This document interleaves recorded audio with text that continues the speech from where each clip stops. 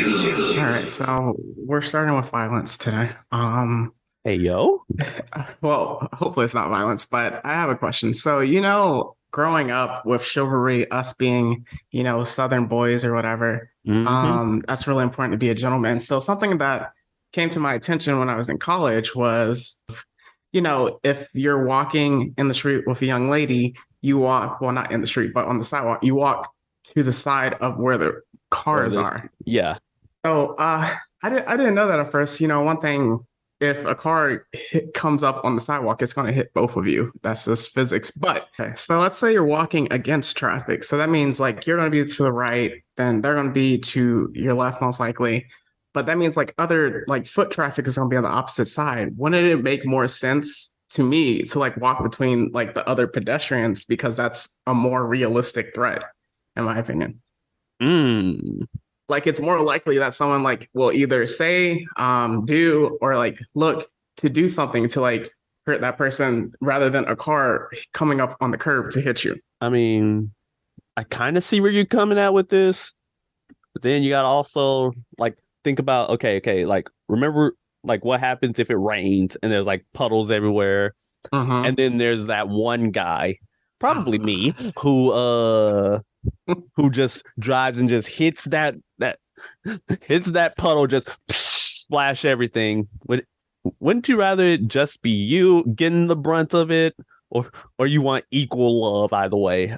That's actually a good point. I didn't think about it. I was thinking more of the danger perspective. So Oh, the dangerous perspective, like no matter what you do, you're screwed either way. So unless you build different, I well, that makes sense. Well, at home you can think of it for yourselves. But I'm Demetrius, and I'm Demetrius, and Meet You Meet presents. the Blurred City podcast. So this is going to be a wild podcast. I just don't know the direction that it's gonna go. I just know that we're about to be on one because y'all came through again with the mailbag, and then also the topics that we're gonna do today. It's gonna be really fun. So we're going into the best relationships, quote unquote, in anime. So before we get to that, we need a strong legal spiegel today. Oh boy. Okay. Yep. We're about to get into it today. So remember, the purpose of this podcast is to explore digital and print media. All sources we reference are owned by the respective companies, and our thoughts and opinions Mm-hmm. are strictly, and I mean very strictly, our own, as in Demetrius and Demetrius's. Their thoughts are ours. We Yeah. reflect no biases or corporate agendas whatsoever.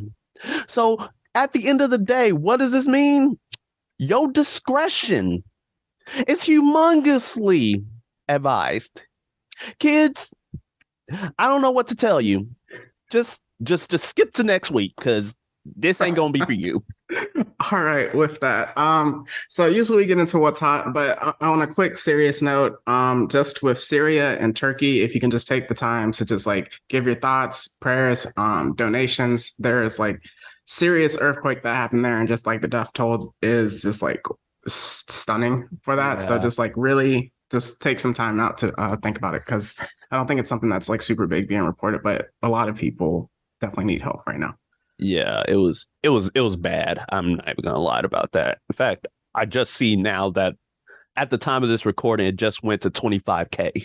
Yeah. So if you can just take some time for that, on a serious note. So again, thoughts and prayers with Syria and Turkey. So we're gonna take a quick break, then come back with you.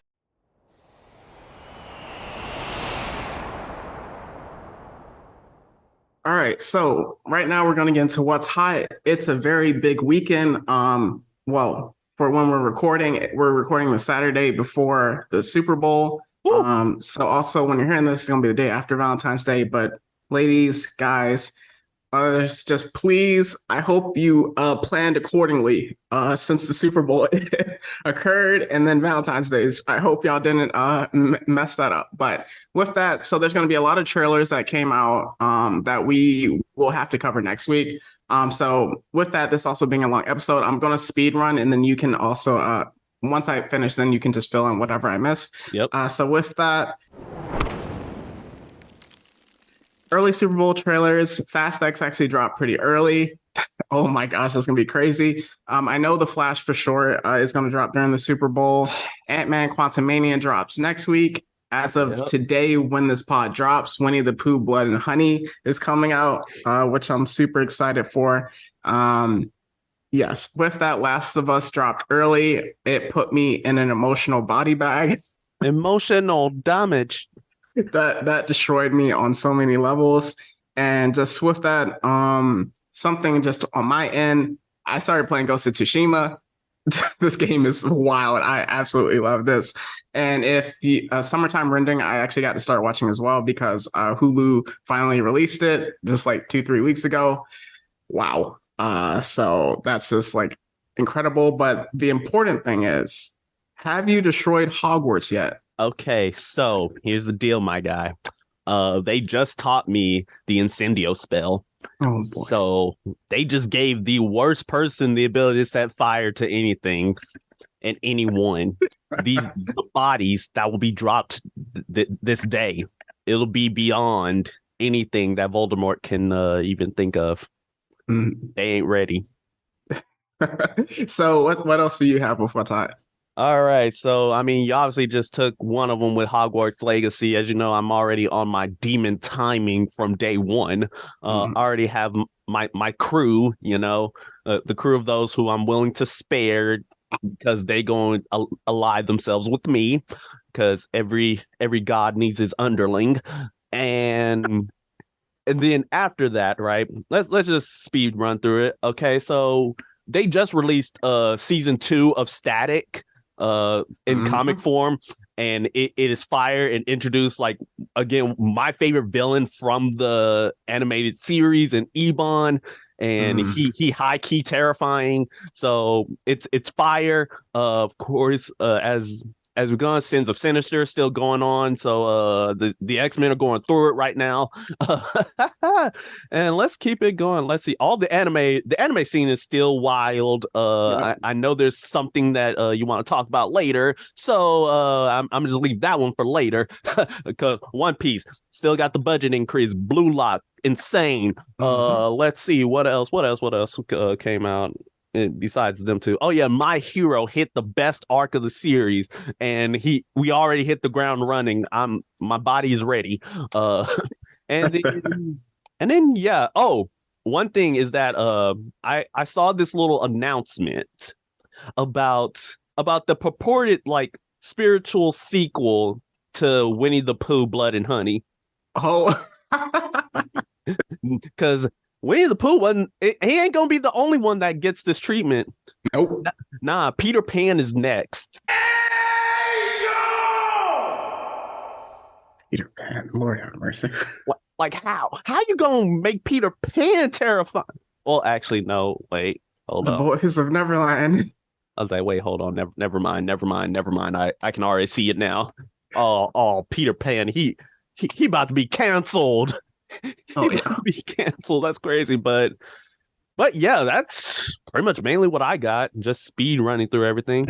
All right. So something else that I noticed that is going to lead into partially lead into our next segment. So there were announced 3 future sequels, one for Frozen 3, another for Zootopia 2, and another for Toy Story 5. Why the heck is there a Toy Story 5 coming out when Toy Story 3 was a great ending and Toy Story 4 was the perfect ending? And then Pixar literally said, there are no more sequels.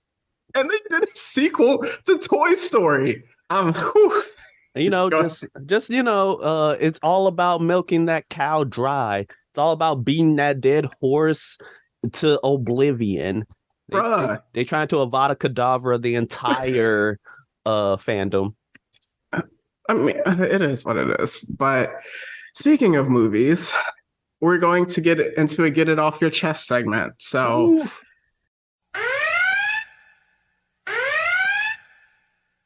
Something that I saw this week that caught me off guard. So I think it's still alleged just for legal reasons, but AMC Theaters, it was announced, is going to do seat-based price ticketing. one of the most ridiculous things I have ever heard of for a movie theaters. Like, so essentially, like if you want to sit in the middle rows, that's going to be more expensive than say if you sit a few seats over, or like if you like sit all the way in the front where you want to break your neck at, then that's going to be the cheapest seats. And if you want to sit in the back, that's going to be slightly different. Like, what is happening? Like, I remember like when we were younger, when you wanted to see like a movies with your friends before like reserved seating, it would be like three people that came on time would get like the perfect middle seats. There would be like two people that would be like all the way up in the front, like on the left side because they came late, and then there'd be like two more people like all the way in the back to like the right. So you couldn't sit together. But with that, then like reserved seating came along, and everything is generally like you're just paying to get in. But with that, to do that to the fans, where it's like, okay, if you sit in a specific section, that's going to be more expensive. Like, that's completely ridiculous to me. And as a guy who loves the middle seats, this kind of triggered me to a whole other end. They really trying your boy. But that's the thing. I rarely go to AMC anyways.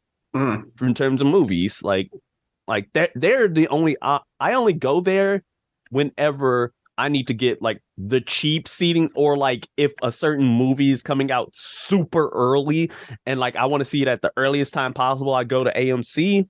But nah, like you just gave me another reason to stop going there. It's like I'm like, man, AMC, you about to get clowned by Cinemark. And like the fact that, you know, since we do a podcast, we have to like kind of go early in order to like do our reviews for it. So like with that, because like there's one that's semi close to me that like has an IMAX theater with it, and like that's the closest compared to another one. But like right now it's like not official in all places, but I know like in certain cities it's already being implemented, and by the year they kind of want to get it all in. So like that's just insane. Like that's absolutely ridiculous to me.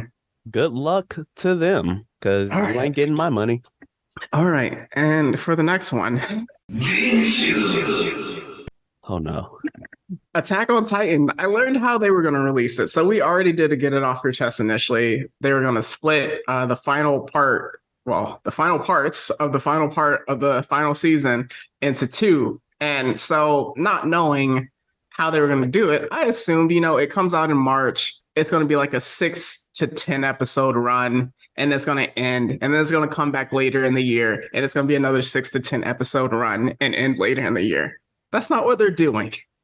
It's going to be 1 hour long episode in March, and then it's not going to come back for a large part of the year to do another 1 hour long episode? Are you kidding me? That's like, what? That's absolutely ridiculous. Like, I know that like the schedules in the past 3 years because of COVID are like absolutely destroyed. This is ridiculous. Whoever thought of this schedule should be fired. Like, I'm not even joking. Like, this is absolutely ridiculous. Let me tell you, this better be peak of the mountain, Mount Olympus. No issues, no arguments, 20 out of 10. I don't care what the manga ending is. It better surpass it. Stop doing this. This is ridiculous. Why? Why are they doing this? Just release it as a movie if this is the case. What's even going on? All right. I've held my thoughts in long enough. You know what time it is. All right. Firstly, hit the danger button. Hit the danger.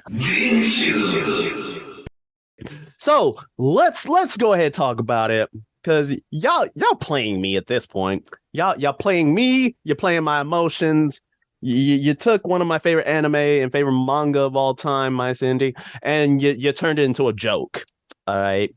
This has to be parody at this point. It has to be a parody of just the entire culture of animation and the animation studios in general, because ain't no way. I will personally ensure the destruction of all Attack on Titan if this is legit. And I will proceed to delay my destruction of Hogwarts. I will delay my conquering of the Star Wars galaxy to screw y'all over, because y'all played with the right one. You played with the right one. And realistically, this is going to only hurt y'all in the end because at the end of the day, all I'm going to do is I'm getting the Infinity Stones.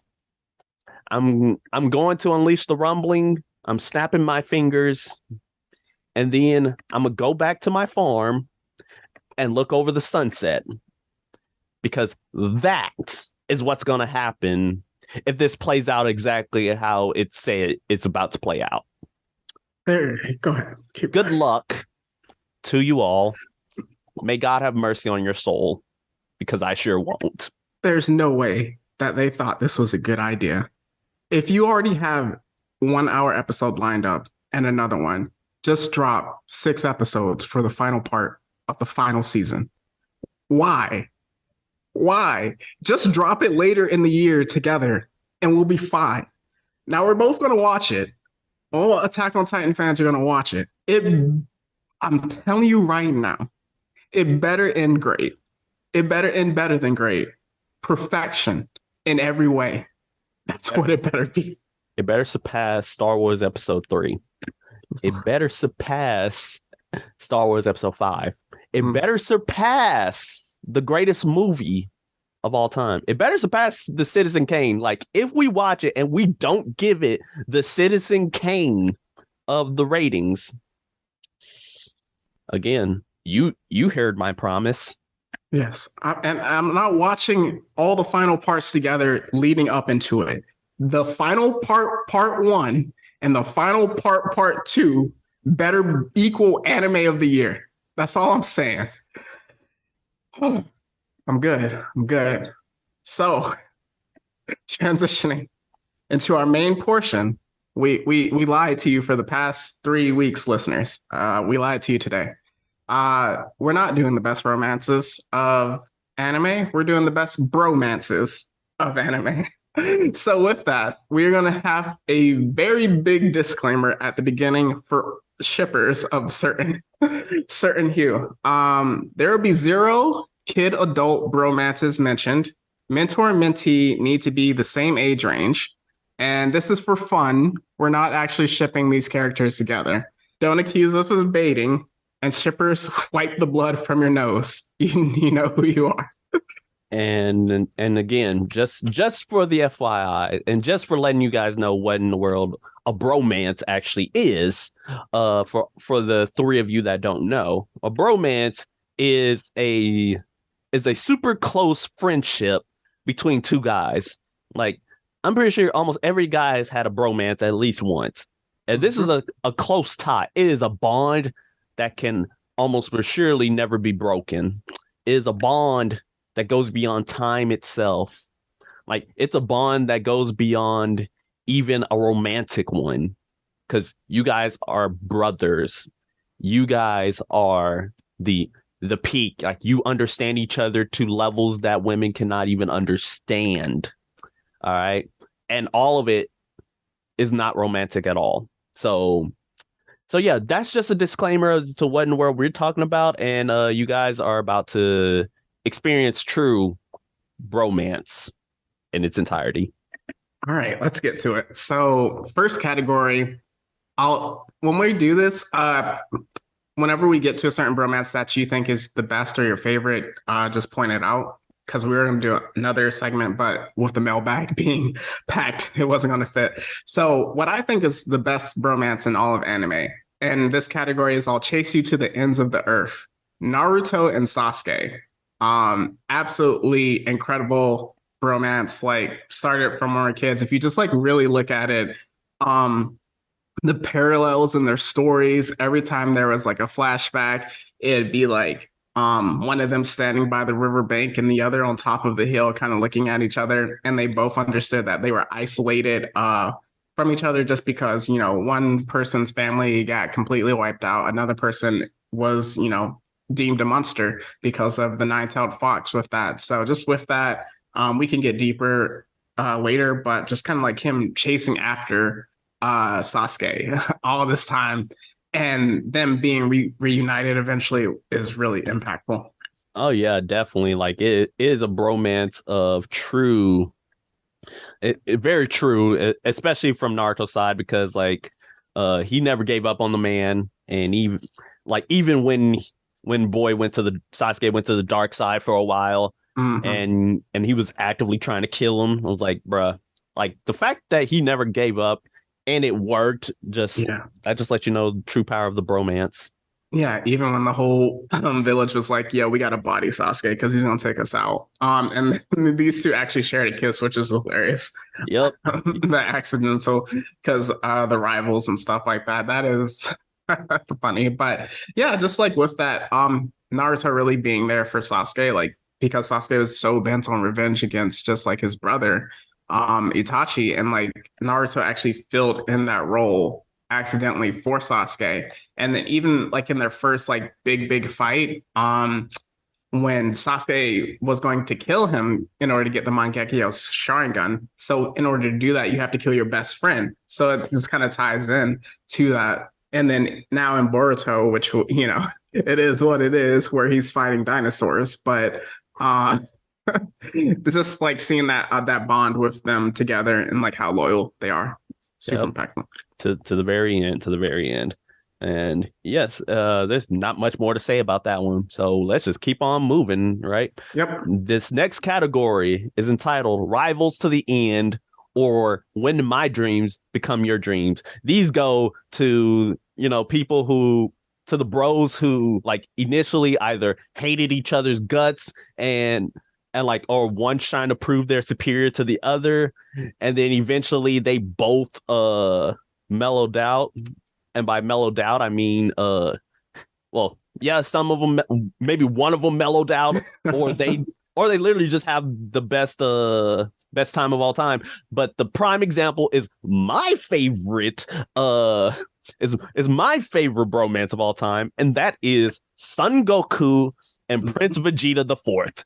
Mm-hmm. Because I mean, as you know, Vegeta, came to Earth trying to run everybody's pockets, gets humiliated by Kakarot, even though technically like he won that fight. And then ever since Vegeta got butt hurt.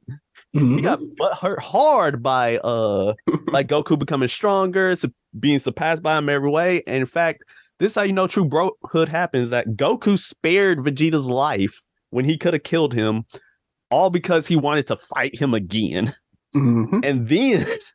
And then he keeps giving Vegeta chances, even though it was clear Vegeta was still evil at many different points.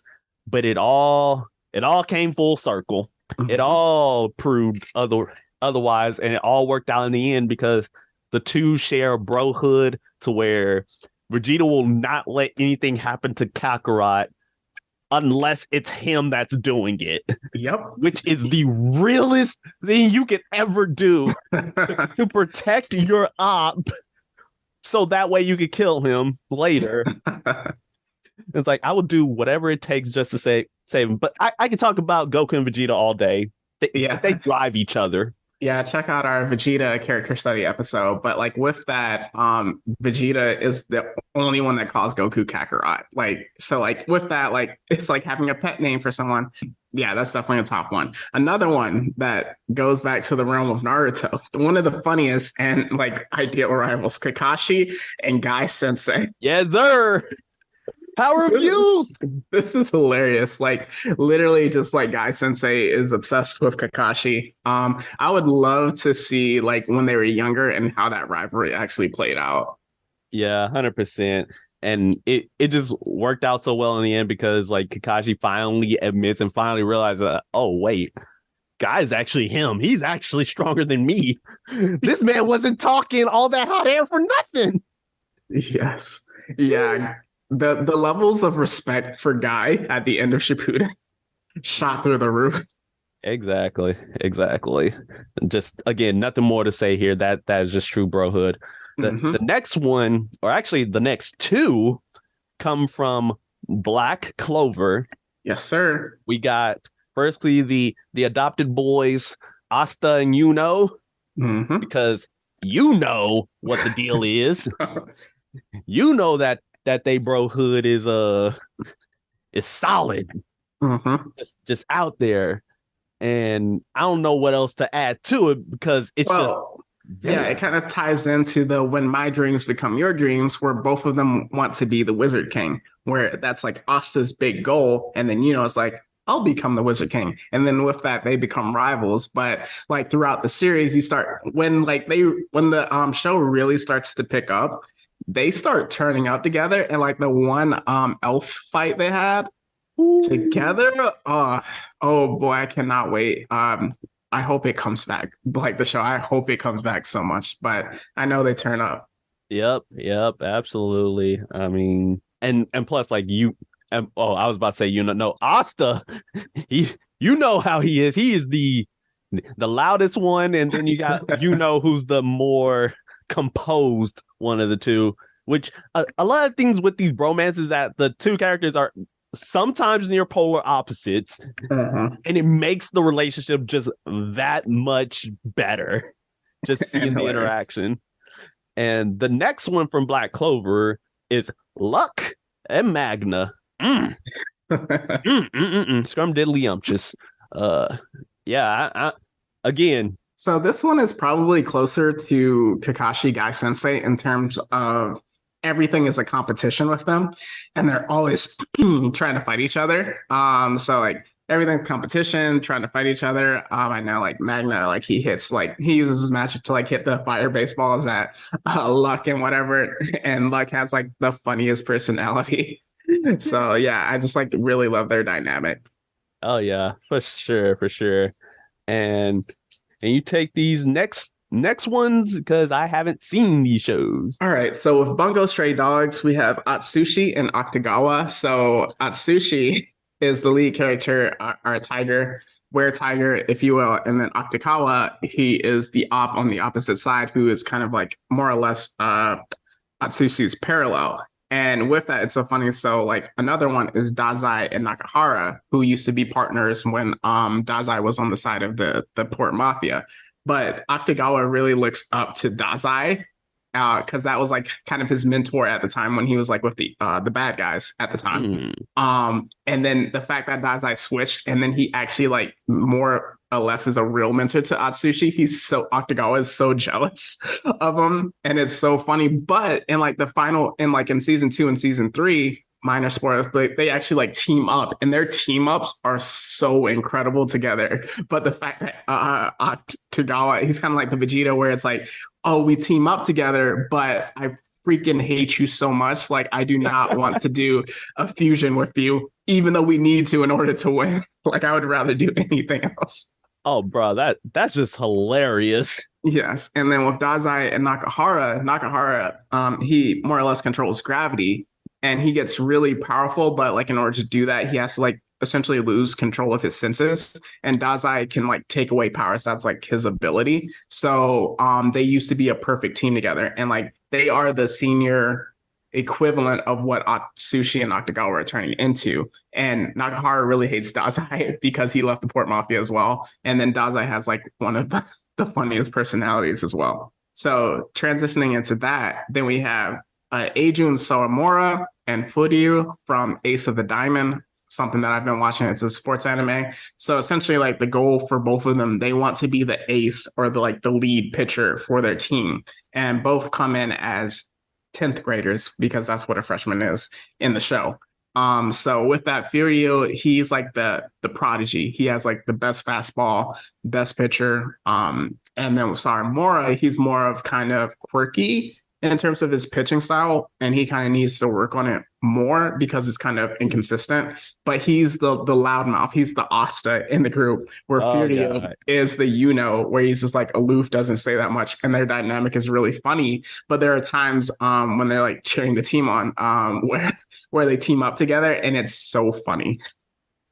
Okay, yeah, and hey, Ace of the Diamond is on my watch list. All right, so just give me a little bit and I'll catch up. It's definitely a journey for that. But yeah. Yeah, definitely. And all right, so now our next category, which is one of the ones I also love to death, is the you're odd, but I want to be best friends. Yes. Like these go to the bros where one or both of them have something weird about them, but they just see past all of that and they end up being just straight dogs. Yeah. And what better way to start off than with Gon and Killua Yes, of sir. Hunter x Hunter. Woo-hoo! Oh boy, let me tell you something about this bromance. Like this is a bromance that again, like it warms my heart, but then it also terrifies me at the same time because as we all know, Killua straight up demon. Yes. And then you got but he does it with a smile on his face. And then you got Gon, who is happy go lucky on the outside, but is also a demon on Yes. the inside. Both of them are demons, but both of them support each other in their demon activity. They are them. They are them. Like you do not see them at all just like straight up go like, oh wait, hold on, you going too far. Except for one time, And that was heartbreaking. like just one time, and it tore me apart. Yes. But each time it's like, oh, Killua just snagged this guy's heart right at his chest. You know what? I'm two thumbs up. Let's go, my boy. And that one scene where they were playing dodgeball and what he had to do to help Gon. Oh my gosh. Like I love this category so much because it's not like with the rival category, it's like they're besties, but they won't admit that they're besties. But it's more of like if you do something, I'm gonna take you out. But with this one, it's like, yo, we boys, we hanging out, we chilling. And then if you hurt them, I'm going to end you. But yeah, Gon and Killua are so what a great friendship. Oh yeah. And now let's go to the next friendship that's so recent. They have And dogs in them. They got that literal dog in them. Firstly, let's talk about from Blue Lock, Isagi and Bachi Goat. Sorry. Bachita. My bad. But yes, Bachi Goat and Isagi just from day one. From day one, you knew what they were on. And here's the reason why Bachi Goats is my favorite character in the show. He just shows up, he breaks people's ankles, he breaking people literally, like kicking folks in the face, but then he sees Asagi and he's like, oh nah, he got that dog in him too. Hold on, hey bruh, let's go ahead and vibe. And for the entirety of the show, up until spoiler alert, to like a certain point, if you will, the two of them are tied to the hip. Like when playing soccer, you needed Bachi Goat to set up Isagi for them kill shots, or Bachi Goat will do it himself. But Isagi and Bachi Goat, like they just vibe off each other. They just have to take one look and they know exactly what they need to do. Bro, that is so wild. Because like when they introduced Bachira, Asagi was essentially he wasn't friends with another character, but they knew each other. They were cool. And Bachira was just sleeping on the ground. Like that's how they introduced him, literally sleeping. And then like they were going to like essentially it was like tag, right? Yeah. With soccer. And like they wake him up or whatever, and he's just like, nope, can't get me. I'm too good with it. And then literally when Asagi is like, okay, I got to step up. I got to level up. Bachira is like, nope, tag me in and I'm going to tag you right back in so you can get the dude. And then like literally the scene where Isagi is like, okay, I got to do more. I got to run. I got to work on my abilities. And then like the team like pulls up behind him. And then Bachira is the one that like, yo, you're like the heart of the team essentially. So yeah. I hope he gets him back. Yes, absolutely. I need the duo together. Like it breaks my heart not seeing the two of them together right now. Just like now. Oh, we're not talking about that. We're not talking about that right now. Because you about to cause some disturbance. But the next one, this is an interesting one in that it's not a 2-person bromance, but a 3-person bromance. And that is the Demon Slayer trio, Tanjiro, Zenitsu, and our boy. Yes, sir. Inosuke. The Mountain King. Gonpacho. But yes, this is a trio who, like, at first you think, like, ain't no way any of them will vibe. In fact, when Tanjiro first meets Zenitsu, he's immediately put off by him. Like, Yeah, it's like, this guy is really a demon slayer? Ain't no way. bruh. And Zenitsu keeps trying to prove. Well, he keeps proving why Tanjiro's right. Uh, Yeah. until he goes to sleep, and then he become and got that dog in him. Hmm. But then there's Inosuke who's just outright the violent one of the three, the downright despicable, the down horrendous. No wait, Zenitsu's the down horrendous one. Yeah, he's down He's the bad. down horrendous one, and Nosuke's just the down stupid one. but he's real about it. He doesn't Mhm. hide it at all.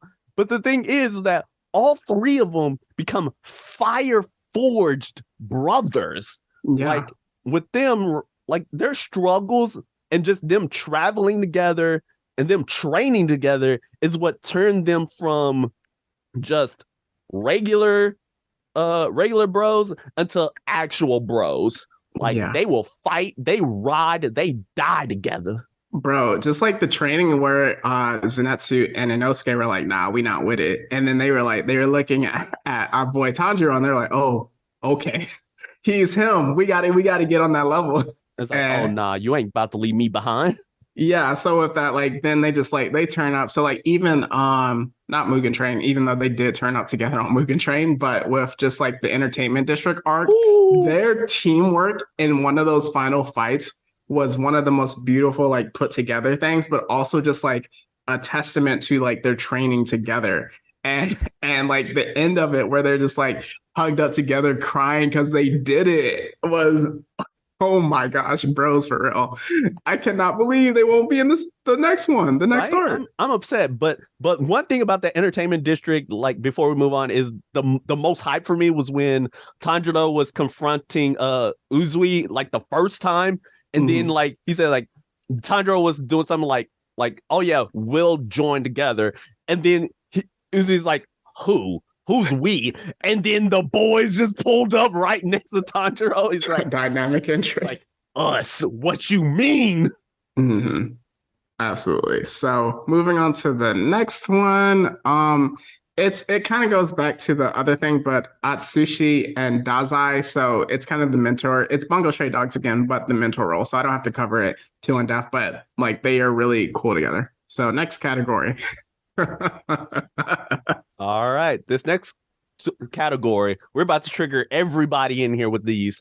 So this one's called Sorry to Inform You, but this relationship is toxic. As Yeah. in, these are the two who, like, bro, they ain't no way they should be together. Like, this is just down terrible. Yeah, so with that, so Naruto and Sasuke at times were toxic. Goku and Vegeta started off as toxic, and like a lot of the rival ones can be like that, but this one kind of takes the cake. Midoriya, well, it doesn't take the cake next compared to the other one, but Midoriya and Bakugo is a toxic relationship, and I hate to inform Midoriya of that because he doesn't know it.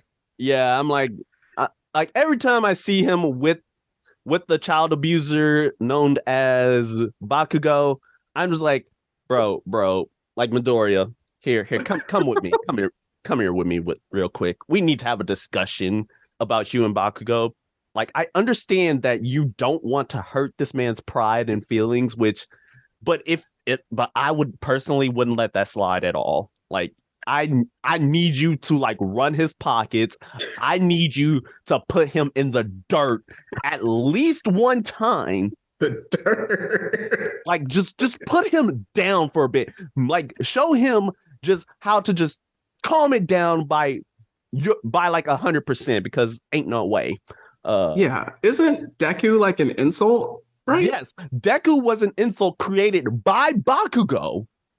Yeah, you chose that as your name only because baby girl Ochako was decided to turn it into something positive. Like, but bruh, again, like I wouldn't let that slide. And then like he was jealous, like Bakugo on his end, he's jealous of Midoriya because just of like before he even had his quirk of like his nature, and then also the fact that All Might took him as his disciple. He's jealous about that, so it's just kind of like, bro, I know y'all be like turning up together, especially like in one of the movies, and then like in the show, like y'all got each other's back, but this is toxic. I'm like, nah, ain't no way. But nothing is toxic compared to this next one. This one caught me off guard when you put it, so go ahead. All right. And now it's time for me to trigger everybody here. This is the one that's gonna hurt all of you. It is Eren Yeager and Armin. Like, look. Here's my line of thinking with this one. I know y'all put your pitchforks down because this relationship is 1,000% toxic. And if you guys were in that scenario, you guys would not be cool with them. So, firstly, all right, Eren was manipulative the entire time. Like, not just like in season 4 when he went full tilt. No, there were signs beforehand that he was going to go full tilt, and Armin just ignored all of it. Like, he pulled a Midoriya level of it where, okay, like, all right, your boy's angry, right? Mm-hmm. Like, he angry. Of course, we see his mom die, right? And it's like, all right, cool. And you like, you want to support him, right? Mm-hmm. But for this man to go like, hey, Armin, we are joining the Scout Corps. Like, Armin was not going to join. He did not have that dog in him. Yet he basically strong-armed him into joining. All because he knew Mikasa would have his back. He's like, no, I need all three of us. And Eren Mikasa is definitely toxic. Oh, yes, we're gonna get into that even more later. But nah. So, firstly, again, I'm not just counting season 4 because that just proves my point. Even beforehand, he was toxic. Like, again, basically having Armin joining, like, essentially against his consent. Every time Eren is in a fight, it's Armin who has to like slowly get him out. And Eren is rarely appreciative to him because of it. Only that one time where Armin had to get spit roasted. Yes. Like, yes, it's basically that one time where Eren truly cares for him. Otherwise, he basically treats Armin like everybody else in the Scout Corps, even though they're supposed to be childhood best friends. Ain't no way. Oh, and if you think about it, the plan in season 4 at the start of it, clearly Armin didn't want to do it, but Eren did his own thing. So, like, he made him turn into the ghost. Oh my god, it is toxic. Mm-hmm. Oh, and what about this? The fact that Armin was so trusting of Eren in season 4 with the rumbling. And then just for Eren to say, nah, run everybody's pockets. He gonna commit whole genocide, and Armin is the one who's basically like, what do we do? Because he's in shock. He's like, he don't know whether to support his best friend or to stop him. What type of friendship is that? You convinced me. Because when you first put it, I was shocked. I was like, Eren and Armin, really? But you convinced me. I was like, nah. I had to. It's like, nah, they had to be put on here immediately. All right. So for the next one, this is another fun category. The ride or die. We ride or die together. So you can hit us off with that first group. Yep. Firstly, we ride at dawn. We ride at dawn with the Straw Hats, baby. Let's go ahead and let's break this down a little, because every single member of the Straw Hats has a bromance with Luffy, and they will ride or die for this man because that's just how personable he is. Zoro even took on all of Luffy's pain just to save this man. Jinbei helped Luffy when he was at his lowest. In fact, when all the Straw Hats were separated and Luffy was at his lowest and they knew about it, what was their first response? That, nah, we gotta go find our boy. That's how ride or die. Every scenario that Luffy gets them in, they manage to go like, all right, all right, Captain, let's do this. And that's just with Luffy. All the inner, just the inner connected like connections with all of them. Look at Zoro and Sanji. Like, sure, they basically have the rivals until the end type, but at the end of the day, they still ride for each other. Like, they may argue in public, but they will never do anything to physically hurt or kill the other because they know, well, A, that Luffy wouldn't have any of it, and B, that in the end they really do love each other. That's just a family. Nice. And for the next one, we have the 7 deadly sins. So, like, originally I had Meliodas and Bon in the I'll chase you to the ends of the earth category, but then I just see that you put ride or die here. But like, even just going with Meliodas and Bon, just like with him being like the first one to ever scar Bon post, immortality kind of thing. And just like even in the first kind of episode where you see their interaction where they're just like beating each other up, but it's all fun, it's playful. He like loves the captain. But like what really sets it aside when Meliodas it's his emotions, I believe, go to purgatory. Bon physically goes to purgatory, does not know where he is. It's like the harshest conditions. He is dying over and over again. I think it's like centuries that he's there. I didn't forgot the number, but something like that. Yeah. It's like an insane amount of time just because like there's like a time difference with like the real world that he's there dying over and over and just to get his boy Meliodas out, like his emotions out so he can stop him from being like a pure demon. Ooh, like that's just them, Yep. That's just them. When I put them, I was mostly going for Escanor.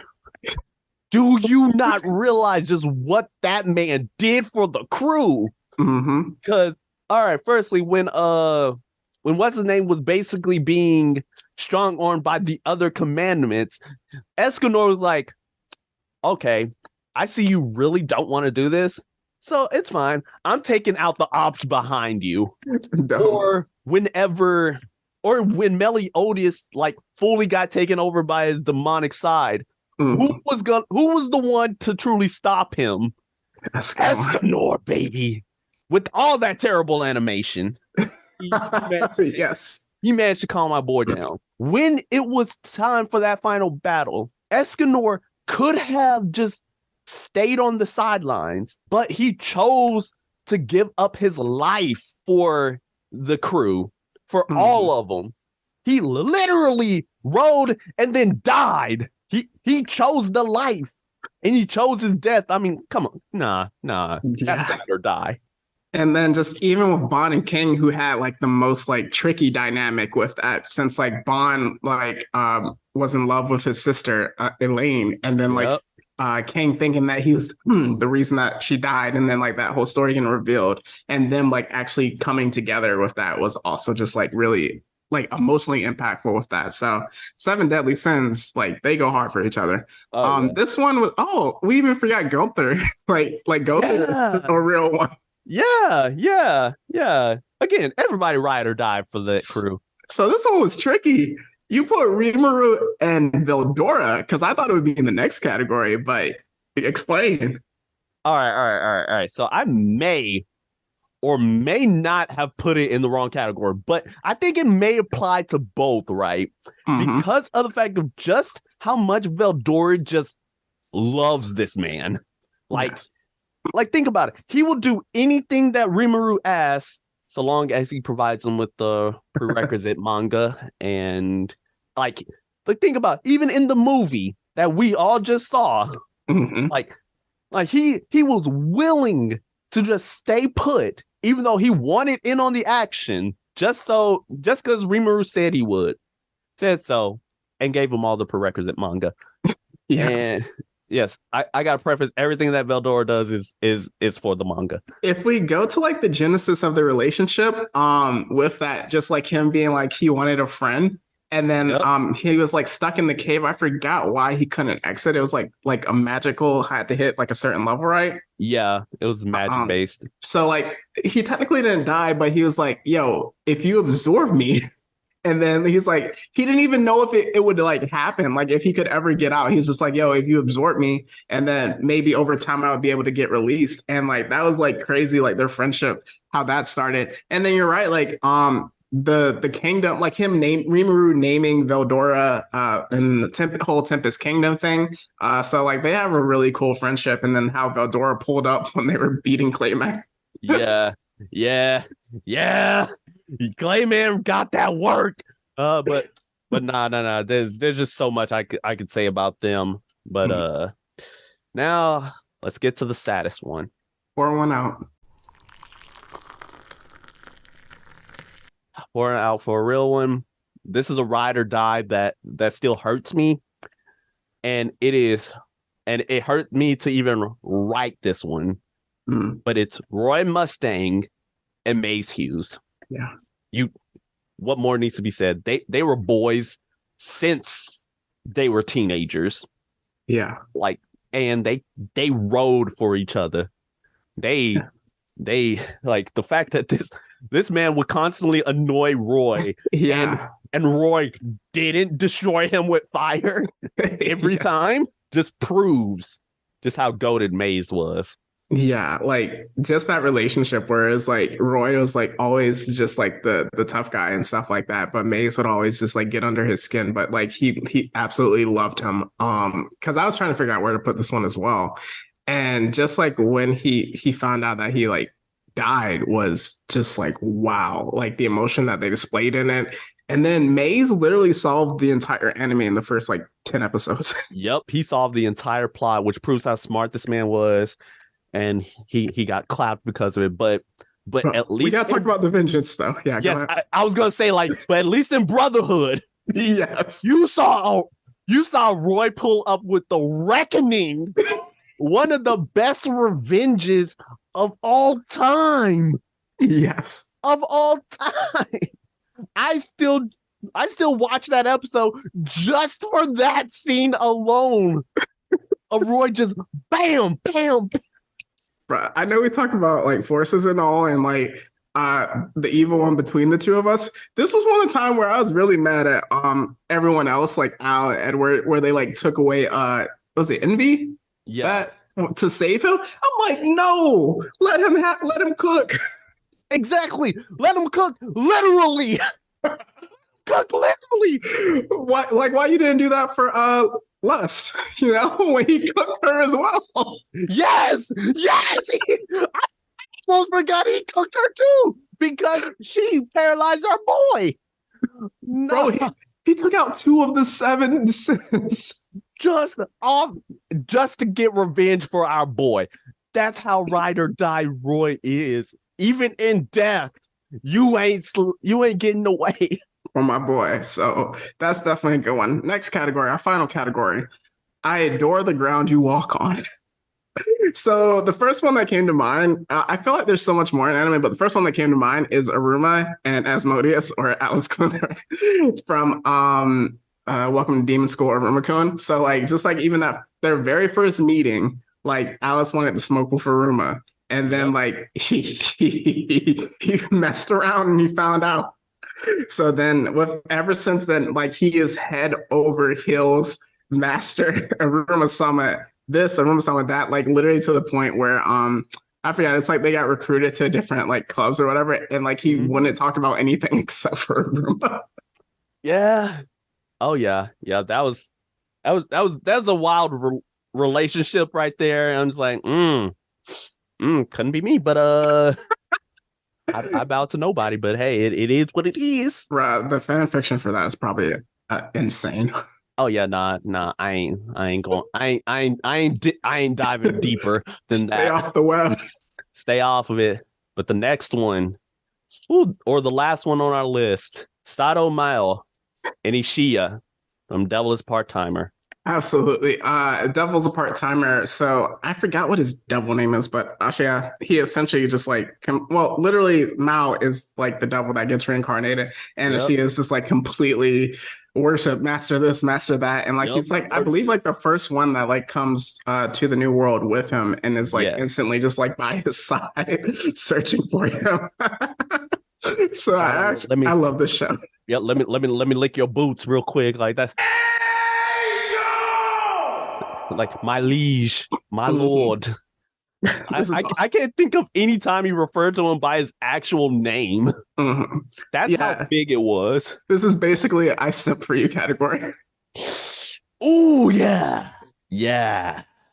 Yeah, that's that dang that hey, why didn't we name this one the simp category? Because we are talking about a whole lot of simps in the mailbag. Oh yeah, you right. My bad. Ooh. Oh yeah. Yeah, but All right. So with that, there's plenty of more bromances, depending on people's takes. I know Gurren Lagann has one, but I haven't watched that show before. But I know there's a big one with that one. But we're gonna take a quick break, and then we're gonna come back, switching up format with recommendations and then our plugs before jumping into the mailbag. for today's sponsor, we have ourselves the Academy of the Rizz. If you want to achieve the true sauce and the true levels of a real one, come down to the Academy. This Academy has great amounts of Rizz, and you may proclaim it to the entire world. And when it comes to that, just remember the Rizzler Creed. I pledge allegiance to the Rizz of the United States of Smash, and to the dictatorship for which I stand, one cult under Meech, indivisible, with drip and sauce for all. All right, we are back. This might be our last episode once we get done with the mailbag, man. This is wild. So we're gonna do our recommendations. I don't even know where the recommendations are gonna go. I'm gonna start. I just did recommendations of actual romance animes that like I really love, and that I think are good. So first one, Toradora. Second one is The Lovely Complex. Third one, My Teen Romantic Comedy Snafu. Next, Kaguya-sama Love is War. One that I'm actually rewatching right now, or on Host Club. Another, High Score Girl. And then this one is tricky, but the animation and the story is beautiful. It's like Horimiya. And then the final one is My Love Story. Dang, why you just take all of mine? All right. You took all of mine with the exception of just one. So the one that I'm also recommending is, of course, The One. And that one is about our boy, Leon Phobot Faltel. Bro, that is not a romance. Isn't it though? Isn't it though? Do we not see romance in there? That's The fair. world of Otome games is tough for mobs trapped in a dating simulator. Are you going to be okay when the sequel comes out? No, no, I will not. There's another one, but like it brings up trauma for us. Starts with a C. That's a very good romance anime. Beach is just like frozen, so if you like just cover your ears real quick. Clannad is a very good one to watch. If you you're gonna cry regardless, so it is what it is. Sorry, I just got back from my PTSD trip. Thank you very much for just doing that to me. But yes, so in terms of other things that are coming out, of course, we have ourselves, our upcoming is our Ant-Man Quantumania review, which is Mhm. going to be the next podcast after this one. So, hey, and then finally, of course, I'm going to just go ahead and talk about our recommendation. Well, not just our recommendation, but like our plugs, because this is where our next one gets to come in. So, for our plugs, we have ourselves our Instagram and our Twitter, which is Blerd City 22. And then we have our YouTube page, which is Blerd City Pod. And then if you want to give us a little chatter and access some special content, we have ourselves our Patreon, which is also under Blerd City Pod. There we released our Patreon special episode about deconstructing and then reconstructing Fance 4 Stick. That garbage pile of a movie we just redid from scratch. So if you want to hear our thoughts on how we could fix that abomination, which wasn't that hard to do, then go ahead, give us a little chatter. It could even be as low as $1, and you can get access to that episode. Yeah, so it's the 2015 Fantastic Four. It was a nightmare of a movie, but we it's a new format that we tried out. We absolutely had a blast, and like if that ever got released the way we wanted it to, oh my gosh. Whew. Yeah, so hey, go ahead and donate that. And then of course we have our Discord channel, which is located in our Instagram page. And then finally we have our email, which is blurredcity22@gmail.com, where you can submit your fan theories, your geek out freak outs, questions like you did today for our mailbag episodes, and then just channel suggestions overall. And then, of course, my personal page, I have a TikTok, which is the Rogue Jedi 21, where I post out of pocket content because no one is there to stop me. And yes, you'll probably see a lot of it just me destroying Hogwarts. Yeah, yeah.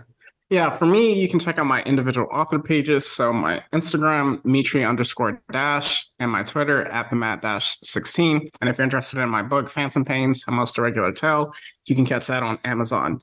So with that, we're now going to transition into a supersized Valentine's Day special mailbag.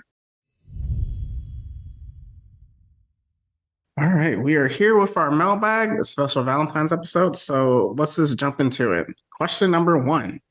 What is your current favorite ship that you would fight for? One that I would fight for. Well, there's a ton. I would probably say Deku and Ochako-chan. Like that is a ship that's obviously gonna happen. And if it don't, I'm just like, what is you doing, Horikoshi? What is you doing? Well, I feel like they're teasing very hard with the what's the evil one that licks blood? Oh, Toga? Yep. Bruh, I think they're trying really hard for that one. Bruh, well, again, I read a manga and I'm not gonna spoil anything, but if that ever happened, oh boy, the amount of carnage that'll take place. For me, I gotta go with Iruma and Amari from Welcome to Demon School, Iruma-kun. They are so cute together. And just like the way that she's like the president of the school, but like every time she's around him, she just like turns all like wibbly wobbly. So I really like that ship. And then like not just with that, but like she inspires him to be the best quote unquote demon that he can be. With that. So I like that just because like with ambition and desire, defining that and then pushing him forward. Yeah, definitely. So the next one, what is your favorite romance anime series of all time and why? All right, it's time to get the tissues out because mine is Your Lie in April. Oh my god. Oh yeah, I came for the jugular. Oh my god. Do I have to explain why? Because I think the answer is self-explanatory. Like, bruh. I literally can't watch it because I know how it ends. Mm-hmm. Yep. I'm again. This is too much. And now I'm gonna go cry while you answer this one. So for me, my favorite one is Toradora, just because it's like one of the OG tsundere ones where like opposites attract, but I think it's like so partially realistic, but the fact that it kind of like hints at who's going to get together at the beginning of it, but they're kind of working together to like help each other with their other crushes, who is the best friend, which is like really funny dynamics. And then they throw in blue hair, which is like kind of mixes up the dynamic, forces them to grow up with that. And just it's kind of like Ryuji and Taiga. Yeah. Really just like, oh man, just like to see their growth with that. Where it's like from even like episode 1, episode 2, you see that, okay, he wants to stand by her side. And she's like, no, you're a dog. don't ever think you can do that. But by like episode 10, like the pool episode, that like what did it for me, where she's literally like, get away from him. It's all your faults. Like, do not touch him. Because like she cares about him so much. And like she denies it, but just to see that growth. And then I really love animes where the main couple or whatever don't get together like Wait, where they get together at the very, very end, where like Yeah, they actually do it earlier, so then you can explore the romance a bit. So it's really one of my favorite romance animes of all time. yeah, definitely, definitely. Yes. So the next one is for you, Nami or Nico Robin? One Piece question. Why? Why you gotta hit me with the toughest question on this show? Because I take both of them. But if I'm forced to pick one, Yes, you are. mm, I'll probably say Robin. Okay, I'll okay. probably say Robin because she's super smart and I'm sure we'd have like so many philosophical discussions. Is that the one that's a Luffy simp? No, that is Boa Hancock. I already knew my chances would be shot with her, so I didn't even bother. Okay, so very good. All right, so the next ones we have some Dragon Ball Z ones. So Goku with Chi Chi or Boma? Ooh, all right. So honestly, I as much as I love Bulma, the fact that she knew this man since he was a kid and she was like a teenager would make this all types of odd. Mm-hmm. So in that I would have to go with Chi Chi, A, because like the age gap isn't as horrendous, Mm-hmm. and B's like and B, I'm just like she's a lot. I'm like she's pretty good. She's pretty good. Well, No, I think it extenuates her anger because Goku is an idiot. But with what you just mentioned, isn't Vegeta around the same age as Goku? So like the no. age. Okay, so he's much Vegeta's older. okay, like much older. Like a good while in the sense of like when Kakarot was a baby, Vegeta was a kid. You're right. You're right. You're right. I'm remembering. I'm trying to. All my canons just like mixed up. I was thinking about Broly, who was like the same age with Goku. So Before the new movie. yeah, so that makes sense. So speaking of Vegeta, Bulma with Yamcha or Vegeta? I feel like that's not a real question. I mean, it's not. It just got thrown in here, all right? Because oh boy, Yamcha got done dirty. He got done dirty, but I still remember that first episode of Z when Bum was like, "This man cheated on me." So I'm like, "Yeah, you kind of got it coming." And also, it mellowed Vegeta out, so I'm gonna have to go with Jeets on that one. And their union brought one of like a top five Dragon Ball Z character. So Easy, easy, all easy right, goat. this is a good one. Most toxic anime relationship or show? Oh nah. Okay. I have this one because I have two answers, but I'm choosing one. All right. Okay, Because they're both equally toxic. okay. The one I'm going with is Yukitaro and Yuno from Future Diary. Oh my god. You know why? Yes. You know why? Because Yuno is a whole monster. Oh Yuno man. is a monster. Like you know the meme, the yandere look, and spoiler alert, full spoiler alert, she killed this boy's mom. She killed this man's mom because she didn't like the relationship, because she saw it for what it really was. Ain't no way. That is toxic. Yeah. Down horrendous, diabolical. And like it was so bad that it led to the destruction of one alternate reality. A whole timeline got clapped because of her.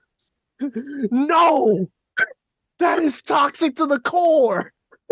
What's your answer? Because I don't know anymore, man. Okay, so it's not a relationship, but it's a show that is super messy. It's called Domestic Girlfriend.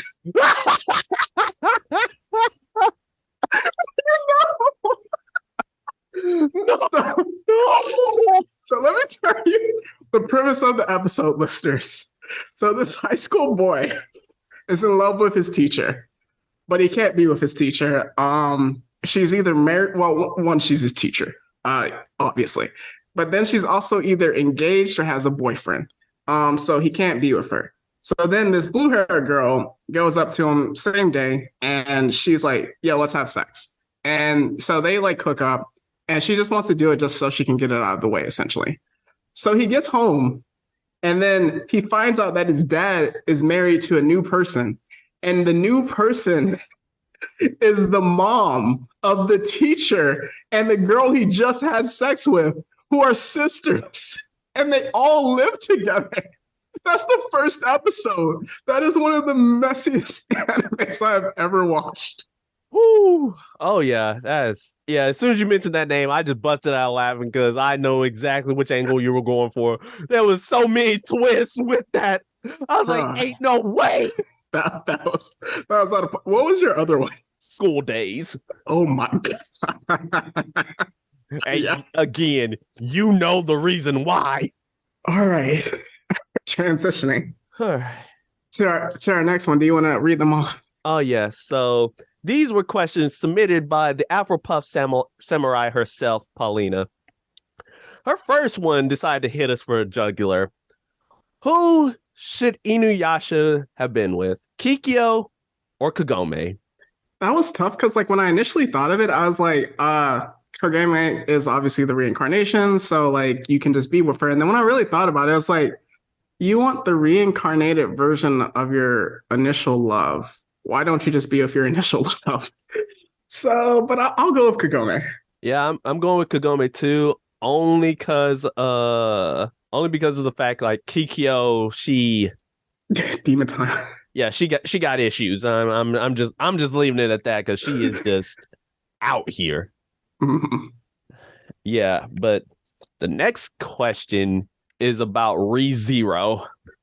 Who should our boy Subaru have been with? All right. Rim or Amelia? All right, clear out. I'm about to, this is to get it off your chest. Subaru is an absolute simp. I hate Subaru because it's supposed to be Rim. And what they did in season 2 to Rim is disrespectful in every way because the writers knew Rim is the #1 girl. And so they just completely wrote her out of the show in season 2. But guess what? The best episode of the entire season 2 had her in it. You gotta be kidding me. Like he should have ended up with Rim. And the fact that I'm going crazy, people are gonna think I have a body pillow of Rim at home, which I do not. But just like think about it, like in season 1, remember when he was in the time loop, and he absolutely just like wanted to quit, and he was done, and he went up to Rim. He was like, who like at this time, she finally learned to love him, like after initial rocky start, and he was like, yo, let's just go away, let's run away together, let's get married. And she was like, I would be 100% happy with that, but that wouldn't make you who you are. That wouldn't be the Subaru that I love because I know like you're brave and you just can't run from whatever it is that's bothering you. And so like, again, like with relationships, it's like you want to be with someone that pushes you to be the best version of yourself. And she didn't want Subaru, like she wants him to love her, but she didn't want him to be a lesser version of himself just to love her. And the fact that he has to literally put Amelia on the throne for her to love him is insane, simping to another level. I mean, you came out here with the heat. My only point was Emilia's boring as a character. Yes! That was all I needed to say. I thought the answer was obvious. My goodness. But that's the next question. All right. So let's just calm down a little bit. So if you could ship any 2 characters, regardless of universe, who would you pair up and why? This was hard. This was really hard. But I thought about it, and I know we talked about X-Men, so you're not going to be happy about this. I'm going to go Zatanna and Gambit. He ponders over it. It makes sense if you think about it. It kind of does. Mm-hmm. Oh dang, you might actually be on to something. That was tough to think of, yeah. That was kind of wild. See, and for me, I actually also came up with an X-Men one. So this one was Jubilee and Robin, specifically Tim Drake. Oh. And here's my main reason why. Because back in the 90s, they did do DC Marvel crossovers, and they teamed up together, and their chemistry was immaculate. So much so, I was like, wait, hold on. Are they gonna get together? But then remembered, like, oh wait, this is only temporary. Like they gotta go Mhm. back to their universes after. Like this, but that's a pairing I would love to see permanently because like again from the '90s that pairing was immaculate. It was just great, and I was like, dang, sad we're never gonna see that again. Yeah, that's fair. Let's go on. All right, Uh, next one. all right, next one. Let's get back on the hatred train. So, what are your anti ships or like character pairings that you despise? There's one anime. It didn't finish to the point where they were together, so I ended up reading the manga. It's called Nisekoi. But it like translates to false love. And the person that he was teased like initially with, he ended up with, but I wanted him to be with the other character because I thought they had a better relationship essentially, and that he had actually liked the character for longer. And then another one that just ended, quintessential quintuplets. I hate who Futura ended up with because someone else was better option in my opinion. Mm, So since it just came out, I don't want to spoil it. okay, okay. For me, besides Subaru and Emilia, I think like one of my biggest anti ships was, and this may like hit everybody. It is Sasuke and Sakura. Oh, absolutely. I was gonna say that. Like, there's like, yeah, absolutely. Like that is one of my biggest ones because Sakura, first of all, come on, girl. This man tried to murk you on multiple occasions, yet you still simp to him. Simp for Yeah, him. this is toxic. Oh nah. But I'm like, sure, it appears, and also the fact he never home. He a deadbeat.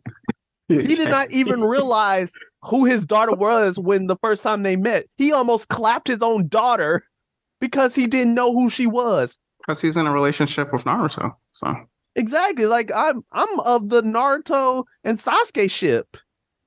And then second only to Sasuke and Karin, and then Sasuke and Orochimaru. every relationship he has is toxic. Maybe he's just a toxic person. Oh yeah, because he's the common denominator out of all of them. Dang, he's the toxic one. Oh, Kurt. Okay. Okay, hey, dang. All He's right. he's the future. Right. Anime. All right. He's he's a future example. But next one is a love advice question. How can we introduce our crushes to nerdy stuff without scaring them away? This goes back to like the body pillow thing. Don't have that to start with, and don't be, and to help you out, don't be a furry. But but with that, in all seriousness, I say like you can ease them in. There's a lot of overlap with things. I think sometimes it's easy to overthink it. So we talked about messy, right? So some people like Real Housewives, Real Husbands, whatever. Insert city. We just mentioned Domestic Girlfriend, which is like completely messy. But like with that, sports, romance, drama. In the realm of anime, like it has all of that. So you don't have to necessarily introduce them to the most anime thing ever, but like just like slowly. And like if they're not receptive to it or don't like it, that's fine as well.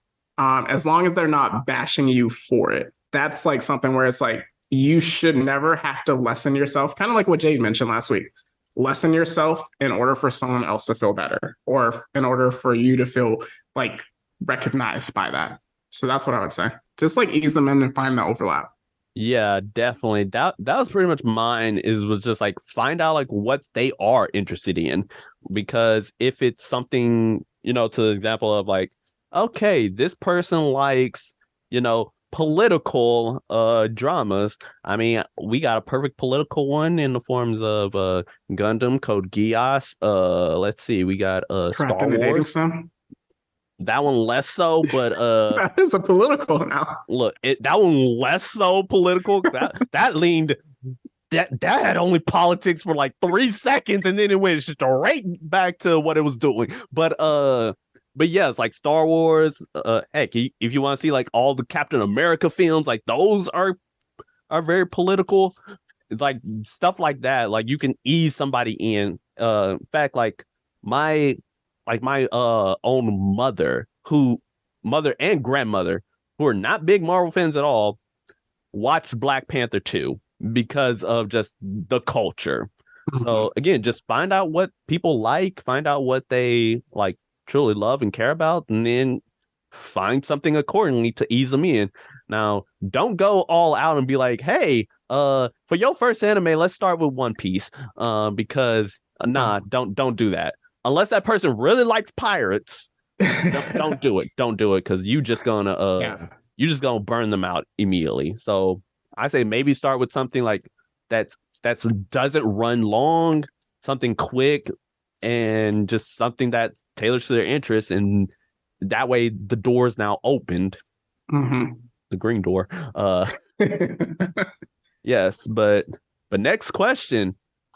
Woo! What's your hottest take on the waifu wars? Oh, we should have had Gabe for this one. Oh, we should have, because his hottest take is the biggest one of all, and I may steal that one just so I can get all the backlash. I don't have like a hot take on it. I mean, yours Bay. That's like the highest level. That's I don't know. I mean, Miku is moving up there, but I don't know the next time we'll see her. So, I was about to say hashtag I'm team Death, but nah, oh nah. wait, maybe Nightfall is competing against your. There's a mild competition. Mm, mild. That's crazy. That's crazy. Let's say team Death, but let's see, all furs need to die. Let's see, what other hot takes? Oh yeah. Whatever waifu you think of is absolute garbage. Uh, no matter who it is, like your waifu trash. That one's for you, Gabe. Shout out, Gabe. Shout out. But yeah, so and now this one is spicy. I don't know. If Go you ahead. can incorporate one romance anime trope into your life, what would it be and why? I don't know what to say. This is tough because I thought about like isekai into a harem, but this is out of pocket, and I don't want to get isekai. But I feel like isekai till you get powered up, and then you save someone into a romance. That might be an incorporation. So mine is well, okay. Okay, just to save myself, I'm not gonna mention harem. I'm not gonna mention that at all. But one that I hope permeates into my life, and if it does, I'll be a happy man and I can die happy, is the love triangle, specifically between two females competing for my love. All right, Uh, school days. Be careful. look. I'm not gonna lead either. Actually, no, wait, hold on. I may lead either on. Just so I can keep the romance going. But I'm thinking more of a okay, so I'm thinking of like more of a trapped in a dating simulator type of romance, where both are equally in love with me. Both of them don't have any problems with me specifically. But if they want to just have a friendly competition between both of them for my affection, then I win in the end. Oh As my long as I god, don't get clapped. we went off the rails. We went again. Thank you, Pauline, for making me go off the rails. All right. Next one. Gabe. I don't know why he asked this because he knows the answer, but Ichigo and Rukia. I guess he's asking, is this a ship that needs to happen? I mean, sure, they have like a deep connection. I kind of again, I'm not spoiling anything from the manga, so I'm trying to word it in such a way that it doesn't say I can't confirm nor deny anything. Mhm. Let's just say that I am of the belief that their relationship may be exactly how it is right now. And that's all I'm willing to say about it. That's her. And since I read it too, I'll just like kind of stick with your answer just for safety reasons, since the 1,000 year blood work about to come back and go crazy. So I'll just Yeah. leave it at that. Yeah. And now here comes Dante. All right, this man decided to hit us with one of the biggest questions on here. He wanted us to rank all of Spider-Man's love interests. All right. So there are a lot.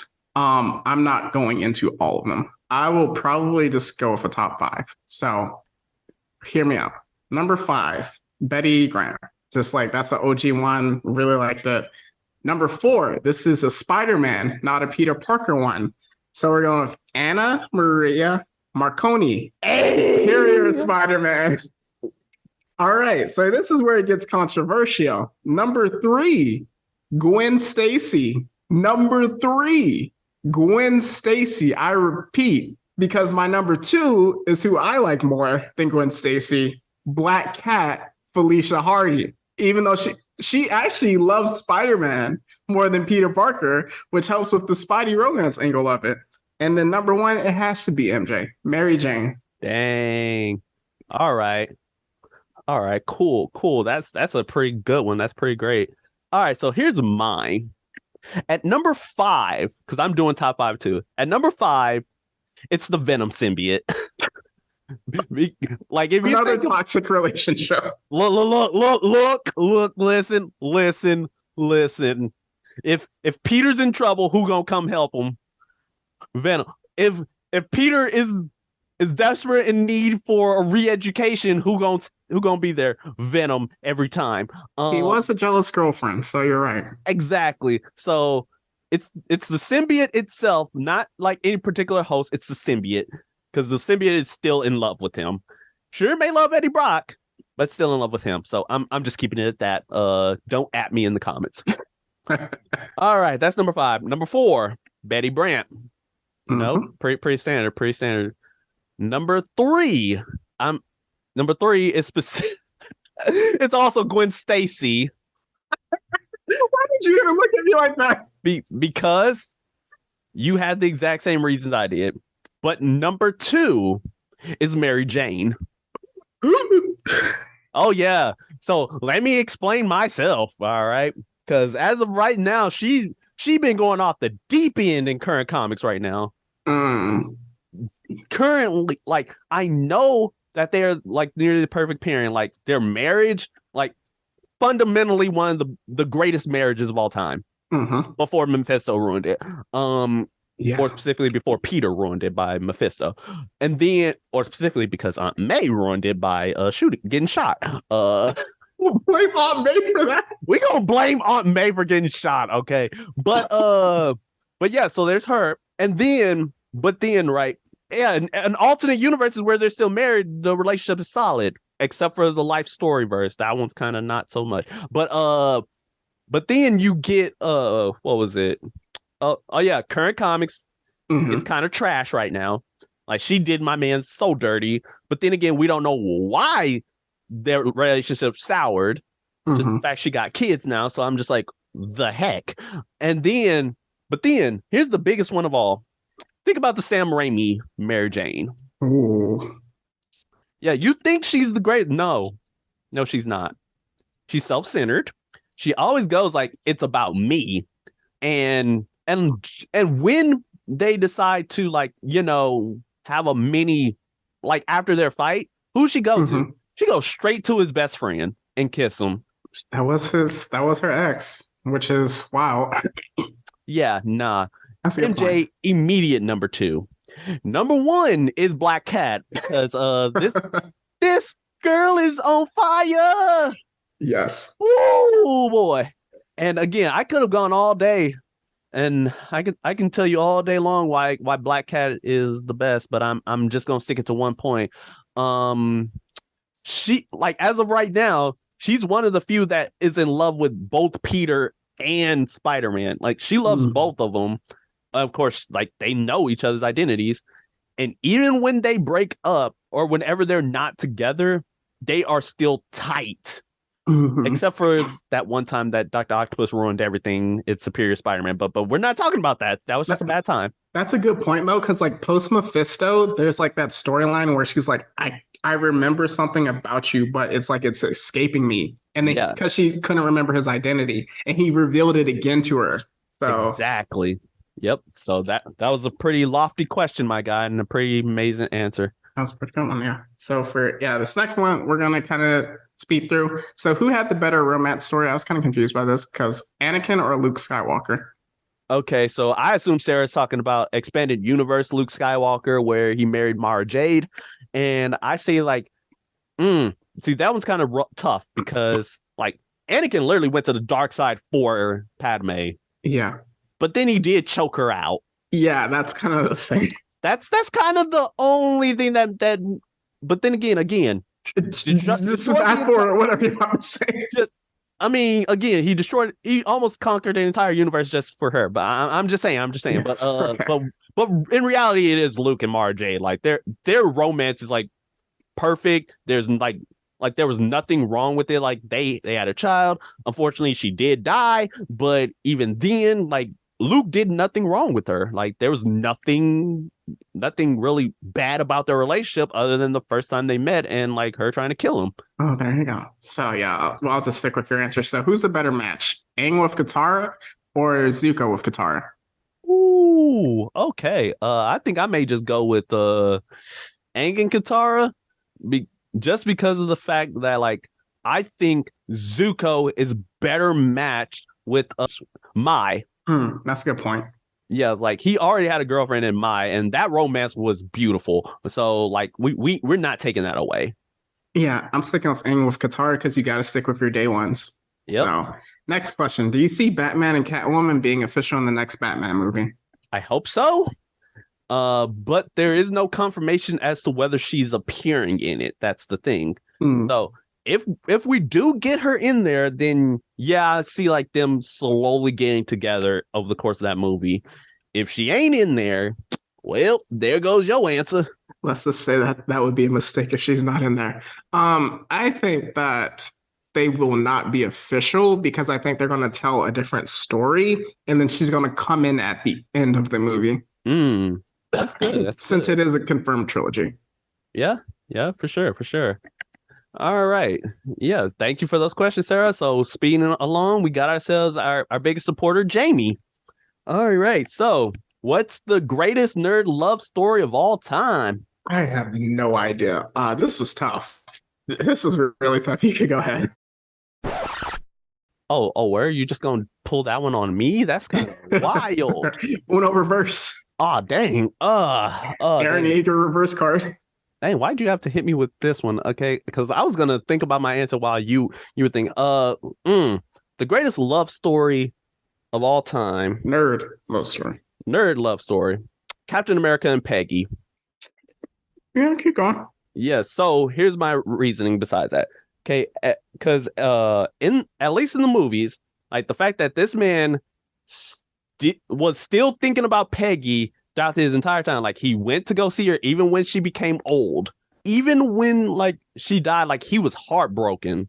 And just to see him at the end get that final dance and live his entire life with Peggy, he risked the entire space-time continuum, and maybe the TVA decided to come after my boy just so he could live his life with Peggy at the end. So Peggy was still on the forefront of this man's mind. And I think like that's just an amazing love story because he waited his entire life for her. I would say I don't think it's the greatest, but one that's like an OG is Superman and Lois, just because it's like one of like the founding members of like superhero romance stories. And so iconic. Yeah, definitely. And the next question is, what makes a good love story? All right, so I think with it has to have depth and emotion to it. I think a lot of the times when we see love stories on screen, it's like you're the main character, she's the main character, however you want to spend that. So you have to end up together, and there's no real motivating factor behind that. But I think just like with, like we said, like someone that like moves you forward, and then also just like really being able to get into the dynamics of it, the ups and the downs, and like, oh, this is why we want to be together, and like this is us pushing past it, makes a great love story. Yeah, I was gonna say like the main thing I want in there is to just show the realism of romance in the sense like again, it's not all gonna be sunshine and rainbows. You're not always gonna be on cloud nine. In reality, like you can be like you're gonna face trials and tribulations. And it's just like y'all working through that. It's like y'all may go through some rough patches. There may be like some miscommunication issues, and it's like you're gonna face troubles. And another big thing for a great love story is like the chemistry. Like, is the chemistry like natural, and is it something like you actually can see like happening in real life? Because Hmm. there are some characters who get together and you're just like, why? Yes. Looking at you, Sasuke and Sakura. But I'll hop on you all day. But yeah, so but yeah, that's just like my quick answer on that one. All right. So yeah, that's the next one. And the next one is speaking of the books more so than the movies, who has the better love story? Aragon and Arwen, Faramir and Eowyn, Sam and Rosie, Elrond and Celebrian, or the classic Baron and Luthien, So I'm gonna all be from Lord of the Rings. so I'm gonna be real true. I haven't read any of the books for Lord of the Rings or The Hobbit. I was told though that it did not focus on romance in the books. That's what someone that read them told me. And that in the movies they emphasized it more so than in the books. But I'm gonna just go with Aragorn and Arwen. Mm, mm. It's pretty good. It's pretty good. I guess my best love story is is Frodo and Samwise, because Yeah. they have the biggest bromance of all time. I'm not even gonna lie to you. What That's the best. about Gollum in the Ring? Wait, hold on. That's actually But that could no, be no, toxic. no. That's toxic to oblivion. That's Yeah. toxic to death. No, no. But in terms of like the ones that she mentioned, I do want to say like a Baron and Luthien did have like a great romance in Hmm. terms of the story. And it's just there was just a lot that was going on in it, but every single option of those were great. Hmm. But especially Frodo and Sam. Yeah. Just but Yes. but yeah, so next question is who has the worst love story of all time? Sakura and Sasuke. But also, go ahead. But also, see, it's actually interesting the Anakin question because I also put Anakin and Padme What? because of the chemistry in the original trilogy, and then also, well, that's kind of tied into the thing that you were talking about with Bulma and Goku, where she was much older than him, but then also he did choke her out and killed her. Okay, we're not going to okay, We can't take that out. wait, hold, we it's not confirmed that Anakin killed her, okay? It's not fully confirmed that, and the fact that I'm actually trying to defend this is kind of wild. But we're gonna move past that. Mm, What is I your think answer, Mitch? Ray and Ben Solo, because ain't no way I was not convinced from day zero. Should have been Ray and Finn. I'm not even gonna lie to you. You mean not the person that she had a special forced time relationship with? That was a bunch of Deus Ex Machina garbage, and you know it. Yeah, that was bad because people were literally like, "What is going on?" when they kissed, and then he turned into a force ghost. So, Hmm. Death next by question. kiss. Yes. So next question, actually, the last one from her is: if you could have the love story of any character as your own, whose story would you want to live and why? All right, so this is a deep one. I was thinking about it, and then it hit me. So this is one of like the most emotional movies I've ever watched.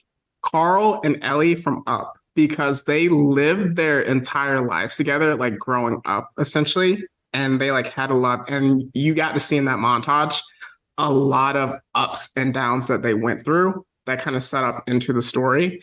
But then him having so much love for her, wanting her to accomplish her dreams and like her goal of like hitting the falls, and like for her to pass away was tragic because that's one of the things that I talk about, like why you should go after your dreams, just because if you don't reach them it's kind of sad. But with that, he did that for her, like even after she passed away, visited, and then when he finally opened up the book, he saw that she like left that message for him where it's like we lived a full life together, and even though I didn't get to see it, I am so grateful for the life that we had together.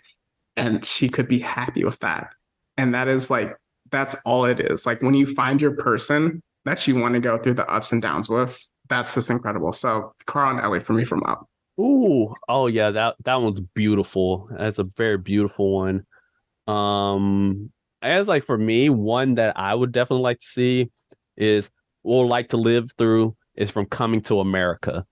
Ooh. Hakeem and Lisa, like that was a relationship that developed it was a slow grind and like it made sense. Like sure the deception part was a little bit out of pocket, but hey, sometimes hey, that's what happens in relationships. Sometimes you gotta deceive your loved ones for their own good. Wait. Whoa, whoa, whoa, whoa, whoa. Danger for that one.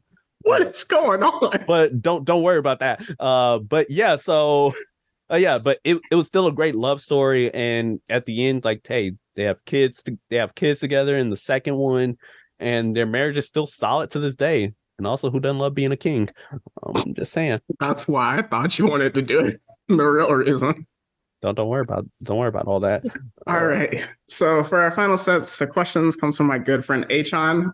We'll be seeing you soon. So number one, what is the most either overdone, cringy, or unrealistic romance trope in anime? I'm about to come at all y'all. Oh, here we go. Here we go. The whole trope of I'm I'm in love with this person, but I'm too afraid to tell them I'm in love with you. Because I'm just like, okay, at the end of the day, right?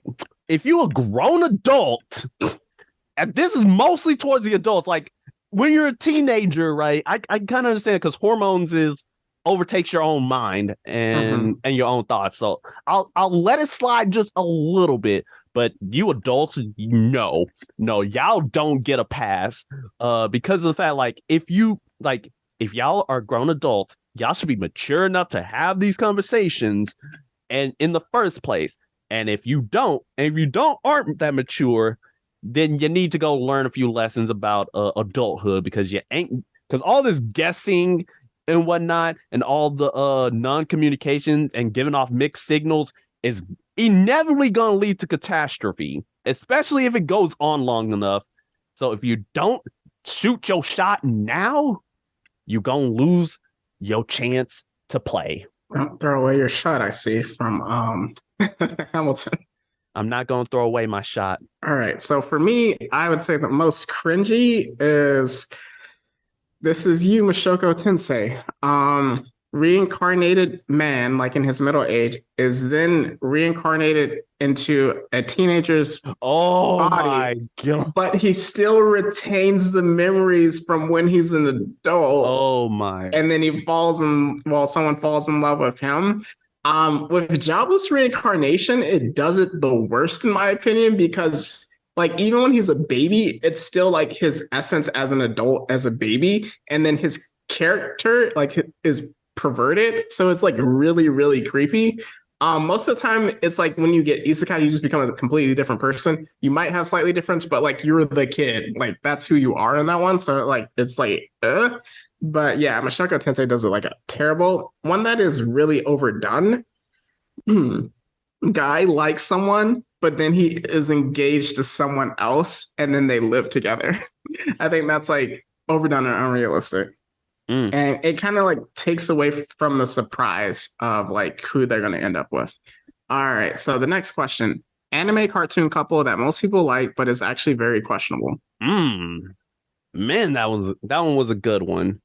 And when it comes to that, oh my goodness, there was a lot of options. That was ooh, why are y'all together? Besides, Subaru and Emilia, to all you people, anything from the furry community, coming after everybody. But in terms of a good questionable one is all of the Ray and Ben solos, but we're talking anime cartoons. I don't think that's light is the thing. I know a few. Oh my God. I know a few. But the real one, Sasuke and Sakura. Again, I'm coming after y'all because Again, this man tried to murder you on multiple occasions, yet you still simped for him. Yeah. Yeah. I'm with that one. Again, Oh, that one was tricky because I was like, do people really like that one? But oh, yeah. wait. I just thought of another one. Uh-huh. Oh, Tokyo Revengers. No. Think about it. Think about it. Takemichi is a 26-year-old man. Oh, It's exactly what you mentioned earlier. He's a 26-year-old man sipping for a middle schooler. but technically, he is trying to save the older version of her. But he's still in love with her. Yeah. That one is. As a middle schooler. Yeah. Yeah. I don't know how to. I can't defend that one. You can't. Because you literally bashed it earlier. Yeah. It's the same thing. Because like even erased is different, but like they're not together is the thing. So His whole motivation is because he loves her. yeah, that's a good one. All right, so next one, most underrated anime cartoon couple. I have one, but I like his.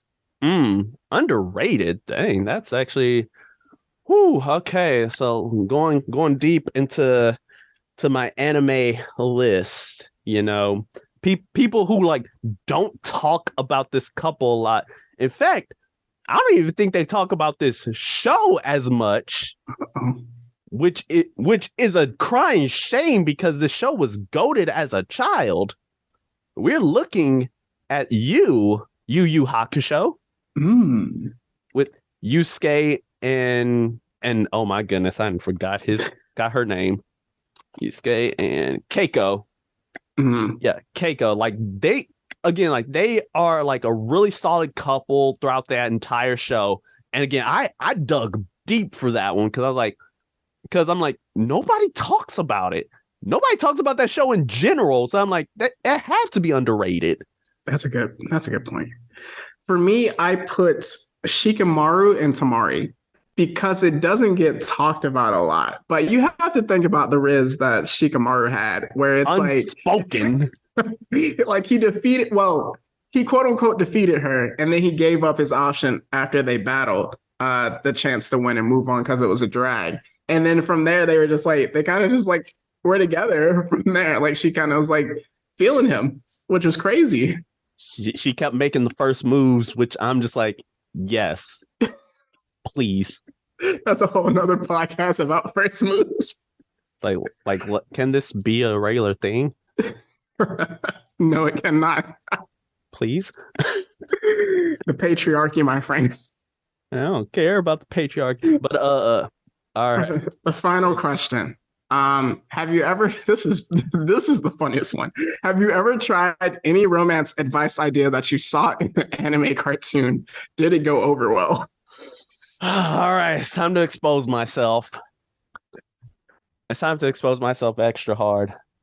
I did. I was down horrendous as a middle schooler. Oh no, not middle school. Yes, middle schooler. The time where I was probably at my most down horrendous, my most teased. All right, because I ended up oh no, man! I really don't want to tell this, but I have to now. I'm stuck in this.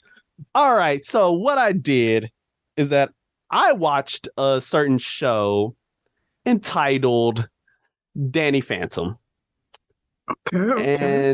And like, of course there was like a bunch of romance in there, and of course like Danny's trying to get with the popular girl, even though his best friend literally is in love with him. Again, should have made the first move, but I'm just saying. But like one of the things he did in like one random episode was like write a poem. Oh no. He wrote a poem to her, and then she clowned him throughout the entire school. Now I'm thinking, I thought the reason why she clowned, I don't know, was because he wasn't black. Keep going. And I was like, you know what? I'm gonna try that exact same poem. No, not this. Word for word on this girl. Again, this is sixth grade me. Sixth grade. God. So I tried it. Mm-hmm. Did it work? How well did it go for me? Let's just say history repeated itself Lord have mercy. hard. Because somebody ended up realizing what I did. Oh no. And suffice to say, I had to run his pockets afterwards. Like that was like one of my first actual fist fights in school. Folks still don't know about it to this day, but yeah, that was down tremendous. All right. There wasn't anything crazy that I saw in a cartoon or anime that I copied that was like an elaborate plot, I would say. I mean, in A Silent Voice, the main character, he learns sign language to communicate with the girl that he's trying to like redeem himself with, and I like learned a different language for somebody at the time. That worked. It wasn't to hook up with them, but like we were already together. And the only other thing, it's like essentially like the semi main character energy, where it's like you listen to the person, like you're at like a shop or whatever, they see something and they want to get it, like their eyes say they want to get it, but they don't get it, and then you just get it for them later as a surprise. But I mean, that's more of like just listening to someone and being attentive. Oh yeah, that's just a regular Rizz. Yeah, so something that I want to do, but in the year 2023 of our Lord, is the wall slap. But I don't think it would only work if someone understood what that is. Sir, That's dangerous. I know you not. I know you not. It would have to be a joke if I were to do it, and the person would have to know that it was a joke. No way. All No right. way. All right. So with that wraps up our mailbag. So words of encouragement. What you got for us? All right. So when it comes to like romance, right? It doesn't have to be complicated. Like it can be something simple, and at the end of the day, especially for like our adult listeners and our like younger viewers, please just know that like, hey, it's okay to talk to like your potential crush or somebody you're interested in, because like the conversation can go a long ways and can clear any air possible. And if not, then and it doesn't work out, then hey, it doesn't work out. But please just know like silencing, no like miscommunication or lack of. Because again, as I said earlier, you miss 100% of the shots you don't take. Yep. Only thing I would say, kind of tying in with you, it takes courage to put yourself out there, no matter what age you are. So just like bravery in that situation, but definitely just even before you rush into a relationship, understand what your values are, what your lifestyle is, and just like find someone that compliments you in those. So that way you can just like be set with everything and be happy. So this was an absolutely wild podcast. I don't know if we're coming back for Ant-Man. I thought we would make it to March, but maybe not. But as we'll say, and we'll leave it off, it's not goodbye forever. It's just goodbye for now. And that's the Blerd City Podcast. See ya later.